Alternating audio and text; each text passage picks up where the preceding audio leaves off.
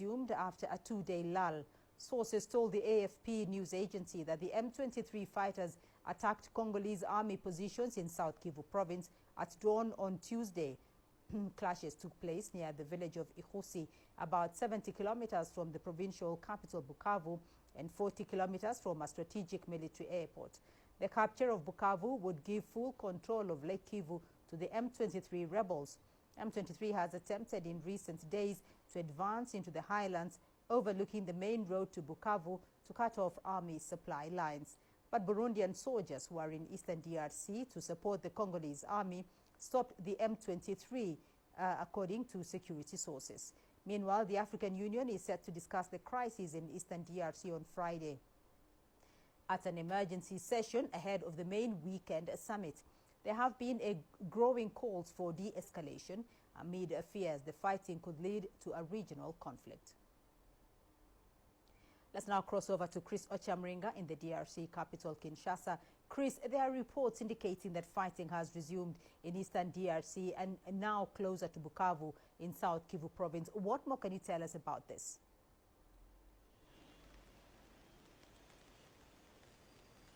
That's right, Beatrice. According to Congolese officials, the fighting broke out on Tuesday in a village known as Ihusi, about 70 kilometers from Bukavu, which is the capital of South Kivu province. Many people fled the area, and we're told that it was M23 rebels against Congolese forces with the allied militia, and the people in Bukavu are very worried about this intensification in fighting. And some people have closed their shops, others have fled the area. So there is a lot of panic in that area. And I spoke to a journalist in Bukavu who said that the fighting has stopped in that region. But we've also heard reports of fighting, very fierce clashes in North Kivu province, an area known as Kanune, which is near Lubero territory. We've been told the M23 rebels have been advancing, and that's despite the regional leaders' call for an immediate and unconditional ceasefire.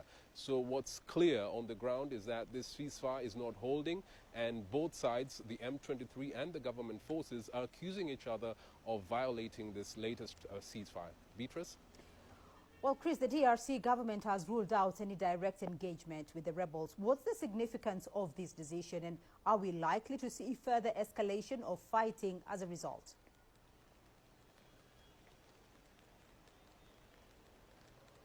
Well, that position has long been held by the DRC government. They're saying that the M23 rebels were designated as a terrorist organization. They cannot negotiate with them because that will be, promoting impunity, which is a problem that has been plagued this country for decades. The government says they have tried it before, integrating rebel groups that have captured a lot of territories into the army and under what they call in French mixage, brassage, but that has not ended this cycle of violence in eastern DRC. That is why the government is not willing to have talks with them. But after the regional summit last Saturday in Tanzania, the DRC government released a statement saying they welcome the resolutions of the leaders from the East African community and the Southern African Development Community calling for an immediate ceasefire.